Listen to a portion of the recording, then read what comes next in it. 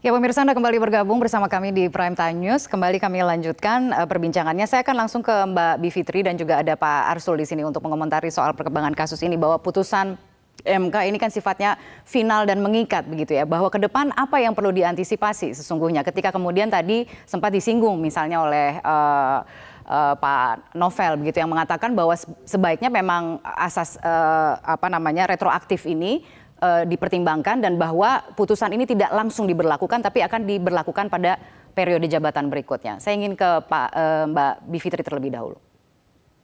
Ya, jadi pasti polemiknya di situ dan kita harus dapat konteks dulu bahwa memang bulan Desember tahun ini harusnya masa jabatan 4 tahun itu sudah selesai.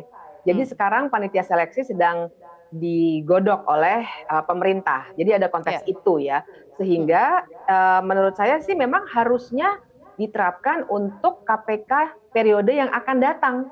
Jadi sudah digantikan 2023 ini, berarti untuk 2023 ke tambah 5 tahun, 2028. Argumennya adalah yang pertama, jangan lupa asas untuk berlakunya setelah putusan diucapkan mestinya juga bisa dilihat dalam konteks periode yang sekarang tengah berlaku.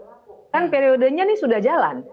Kalau misalnya dia berlakunya sekarang juga, artinya sebenarnya dia sudah melanggar asas non-retroaktif itu, malah seakan-akan mundur. Karena kacamata kita jangan kacamata keberlakuan suatu undang-undang saja, tapi periodenya yang sudah berjalan dan hampir habis. Nah, argumen keduanya itu jangan lupa dalam pertimbangan hukum bahkan ya ada pertimbangan dari hakim yang jadi persoalan adalah seorang presiden itu bisa memilih 2 kali katanya begitu. Makanya dipandang buruk sistem ini. Nah, kalau dengan pertimbangan seperti itu artinya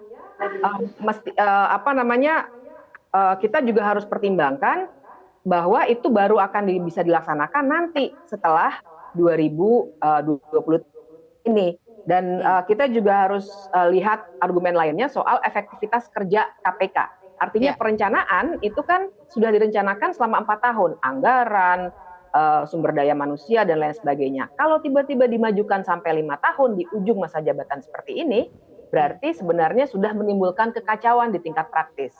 Nah, kalau boleh nambahin sedikit Mbak Tania, saya ingin juga satu kritik lagi yang harus kita lihat dari putusan MK ini kan sebenarnya bukan urusannya MK. Jadi menyambung dengan pandangan soal inkonsisten dari Pak Arsul Sani tadi, mestinya ini adalah sesuatu yang diputuskan secara politik.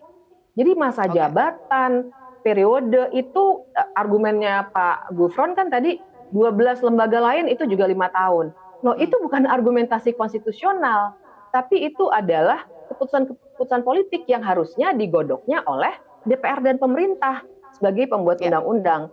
Jadi saya kira MK sudah kebablasan memutus sesuatu yang bukan constitutional question, tapi merupakan kewenangan dari pembuat undang-undang karena sifatnya itu sebenarnya politik hukum untuk pengaturan masa jabatan maupun periodisasi.